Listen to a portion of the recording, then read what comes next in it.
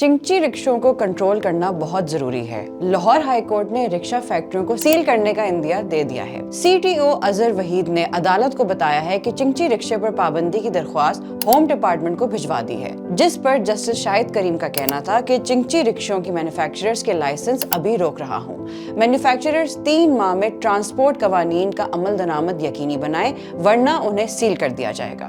पंजाब हुकूमत के वकील चिंची रिक्शे बनाने वालों को 3 माह का नोटिस दें। गैर कानूनी चिंची रिक्शों पर पाबंदी लगाना बहुत जरूरी है।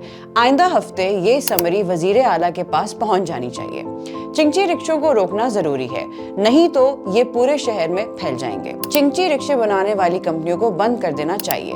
CTO लाहौर ने अदालत को बताया है कि चिंची रिक्शे के हादसात में 10 लोग जाँ बहक हुए, जिस पर जस्टिस शाहिद करीम का कहना था कि ये निहायत जरूरी है कि चिंची रिक्शों को कंट्रोल किया जाए। मजीद अपडेट्स के लिए देखते रहिए VNews.pk।